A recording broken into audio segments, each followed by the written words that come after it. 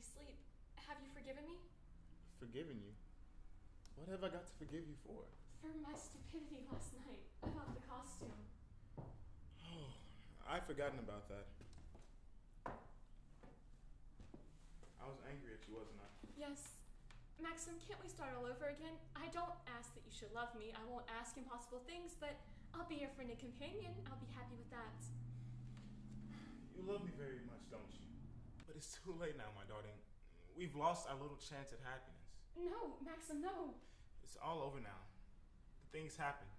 The thing that I've dreaded day after day, night after night. Rebecca has won.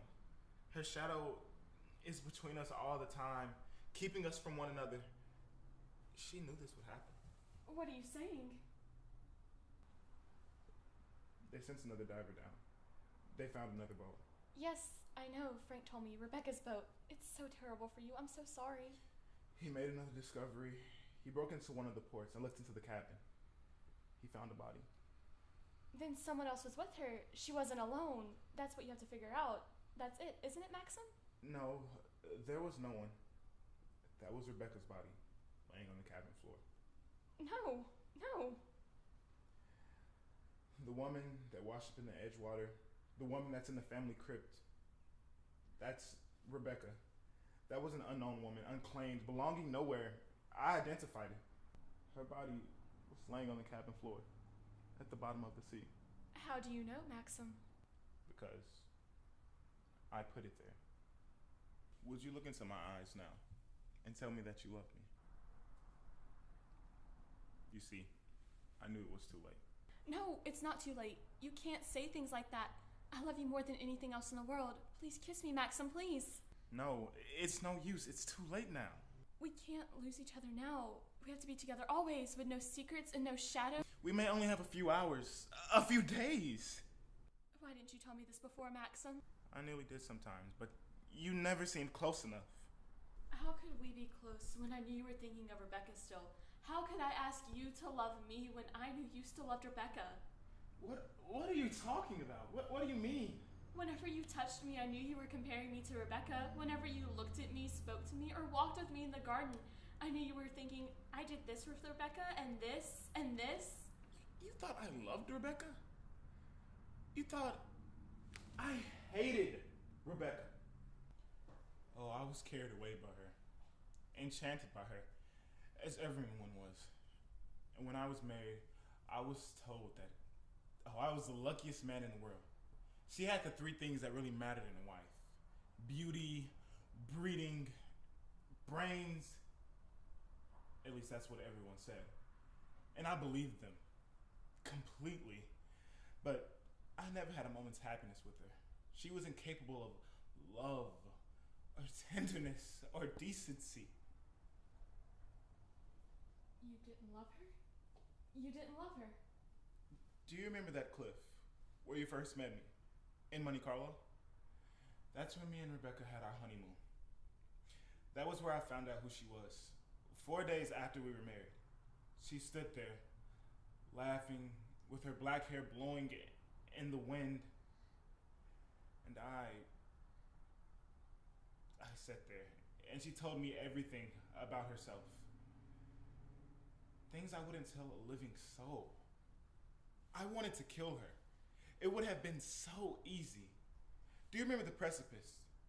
I frightened you, didn't I? You thought I was mad. Perhaps I was mad. Perhaps I am mad. It wouldn't make for sanity, would it? Living with the devil. Let's make a bargain, she said. You look rather foolish trying to divorce me only 4 days after our marriage. She said, I'll play the part of a devoted wife, mistress to your Manderley. I'll make us the most famous showplace in all of England. People will envy us and be jealous of us and come visit us. They will say we're the luckiest, happiest couple in the country.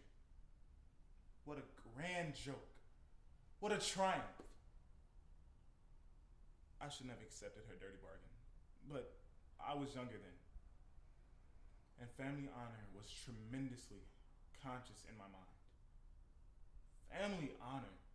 She knew that I would sacrifice anything to keep her, to stop from giving her away in the courts, to not admit that our marriage was a complete fraud. You despise me, don't you? As I despise myself. You can't understand how I feel, can you? Of course I can, darling. Of course I can. I kept my side of the bargain, and so did she, apparently. But after a while, she began to grow careless. She took to a loft in London and would stay away for days at a time. She would even start to have friends over. I tried to warn her, but she just shrugged and said, "What does it have to do with you?" She even started on Frank. Poor old faithful Frank. And then she had a cousin named Favell. Yes, I know him. He came the day you went to London. Why didn't you tell me? I didn't like to. I thought it would remind you of Rebecca. Remind me. As if I needed reminding. Favell used to visit the cottage. And I warned her that if he ever came here again, I would shoot them both. And then one night, I found that she was coming back quietly from London. I thought Favell was with her. Then I knew I could no longer live this life of filth and deceit. I decided to come back down here and have it out with both of them. But she was alone. She was expecting Favell, but he hadn't come yet. She was sitting there, lying on the divan, with a tray of cigarette stubs beside her. She looked ill, queer. Suddenly she got up and walked towards me. "When I have a child," she said, "you nor anyone else will ever be able to prove that it isn't yours." You like that, wouldn't you, Max? To have an heir for your precious Manderley. And then she started laughing. How funny, how triumphantly funny, how amazingly funny. You want to get a thrill out of it, Max. To see my son grow bigger day by day. To obtain your precious Manderley. Then we stood, face to face. "What are you going to do, Max? Are you going to kill me?" I suppose I went mad. I must have struck her. She sat there, staring at me. And then she walked towards me again, face all triumphant. And then she stumbled and fell. When I looked down, ages afterwards, it seemed she was lying on the floor. She had hit her head on a piece of ship's tackle. I remember wondering why she was still smiling. And then I realized she was dead. But you didn't kill her. It was an accident. Who will believe me? I lost my head. I had to do something. Anything. I carried her body out to the boat. I put her in the cabin. When I thought that I was far enough from the shore, I got a plank, a spike, and I drove it deeper and deeper into the planking of the hull.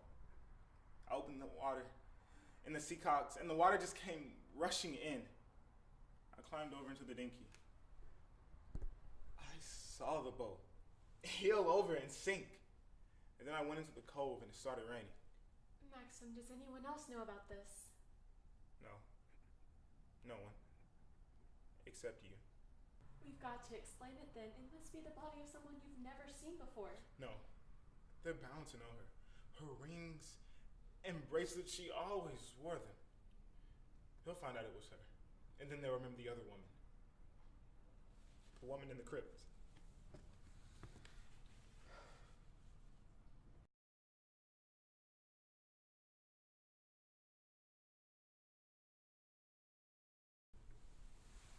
If they find out that it is Rebecca, you must simply say that you made a mistake about the other body.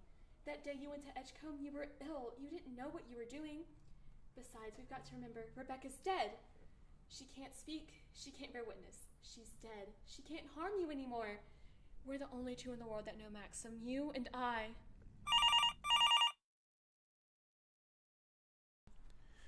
Yes. Tell him I'll meet him there as soon as I possibly can. What? Oh, well, yes. Say, we can talk about that when we know for sure. Yes. What's happened? Colonel Julian's called. He's the chief constable of the county. He's been asked by the police to go to the mortuary. He wants to know if I could have possibly made a mistake about the other body.